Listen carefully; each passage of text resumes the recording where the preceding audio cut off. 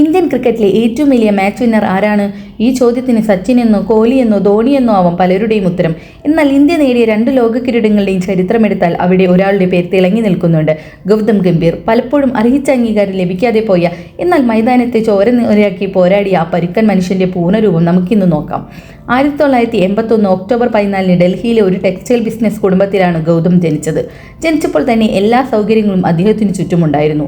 എന്നാൽ ആ സുഖ സൗകര്യങ്ങളിലല്ല, മറിച്ച് ക്രിക്കറ്റ് ഗ്രൗണ്ടിലെ പൊടിപടലങ്ങളായിരുന്നു ഗൗതമിന്റെ മനസ്സ്. 10ാം വയസ്സിൽ ക്രിക്കറ്റ് ബാറ്റ് ഏന്തിയപ്പോൾ മുതൽ അദ്ദേഹത്തിന് ഒരു ലക്ഷ്യമേ ഉണ്ടായിരുന്നുള്ളൂ: ഇന്ത്യയുടെ ജേഴ്സി അണിയുക. 2003 ഏകദിനത്തിലും 2004 ടെസ്റ്റിലും അരങ്ങേറ്റം കുറിച്ചെങ്കിലും തുടക്കത്തിൽ ഗൗതമിന് അത്ര എളുപ്പമായിരുന്നില്ല കാര്യങ്ങൾ. പലപ്പോഴും ടീമിനകത്തും പുറത്തുമായി അദ്ദേഹം നടന്നു. പക്ഷേ സേവാഗ് ഗംഭീർ എന്ന ഓപ്പണിംഗ് ജോഡി പിന്നീട് ലോക ക്രിക്കറ്റിലെ തന്നെ ഏറ്റവും ഭയപ്പെടുത്തുന്ന കൂട്ടുകെട്ടായി മാറി. ടെസ്റ്റ് ക്രിക്കറ്റിൽ തുടർച്ചയായ 5 മത്സരങ്ങളിൽ സെഞ്ചുറി നേടി അദ്ദേഹം ലോകത്തെ അത്ഭുതപ്പെടുത്തി. ഗംഭീർ എന്ന പോരാളിയെ ഇന്ത്യ നെഞ്ചിലേറ്റിയത് 2 വലിയ ഫൈനലുകളിലൂടെയാണ്. 2007 T20 ലോകകപ്പ് പാകിസ്ഥാനെതിരെയുള്ള ഫൈനലിൽ ഇന്ത്യയുടെ വമ്പൻ താരങ്ങൾ വീണപ്പോൾ ഒരറ്റത്ത് വൻമതിൽ പോലെ തന്നെ ഗൗതം 75 റൺസ് എടുത്തു. ആ റൺസാണ് ഇന്ത്യയെ കിരീടത്തിലേക്ക് നയിച്ചത്. 2011 ലോകകപ്പ് ഫൈനൽ സച്ചിനും സേവാഗും നേരത്തെ പുറത്തായി ഇന്ത്യ വിറച്ചപ്പോൾ രക്തം പൊടിയുന്ന കൈകളുമായി 122 പന്തിൽ അദ്ദേഹം നേടിയ 97 റൺസ്.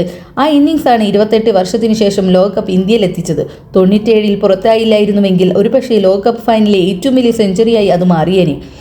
ബാറ്റർ എന്ന നിലയിൽ മാത്രമല്ല, തന്ത്രജ്ഞനായ ഒരു നായകൻ കൂടിയായിരുന്നു അദ്ദേഹം. കൊൽക്കത്ത നൈറ്റ് റൈഡേഴ്സിനെ നയിക്കാൻ തുടങ്ങിയപ്പോൾ അദ്ദേഹം പറഞ്ഞത്: എനിക്ക് വേണ്ടത് ഗ്രൗണ്ടിൽ യുദ്ധം ചെയ്യുന്ന 11 പേരെയാണ്.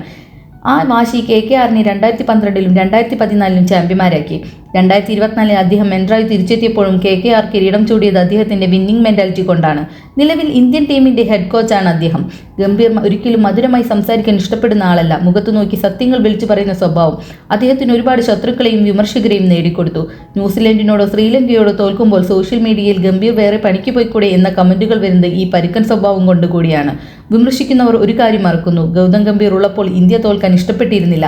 പരിശീലകൻ എന്ന നിലയിൽ അദ്ദേഹത്തിന് കുറച്ച് സമയം കൂടി നമ്മൾ നൽകേണ്ടതുണ്ട്. ഈ വീഡിയോയെക്കുറിച്ച് നിങ്ങളുടെ അഭിപ്രായം എന്താണ്? ഗംഭീർ ഇന്ത്യൻ ടീമിന്റെ കോച്ച് സ്ഥാനത്ത് തുടരണോ അതോ മാറണോ? നിങ്ങളുടെ അഭിപ്രായങ്ങൾ താഴെ കമന്റ് ബോക്സിൽ രേഖപ്പെടുത്തുക. വീഡിയോ ഇഷ്ടപ്പെട്ടെങ്കിൽ ലൈക്ക് ചെയ്യാനും നിങ്ങളുടെ വാട്സപ്പ് ഗ്രൂപ്പിൽ ഷെയർ ചെയ്യാനും മറക്കരുത്. അടുത്തൊരു വീഡിയോയുമായി വീണ്ടും കാണാം. നന്ദി.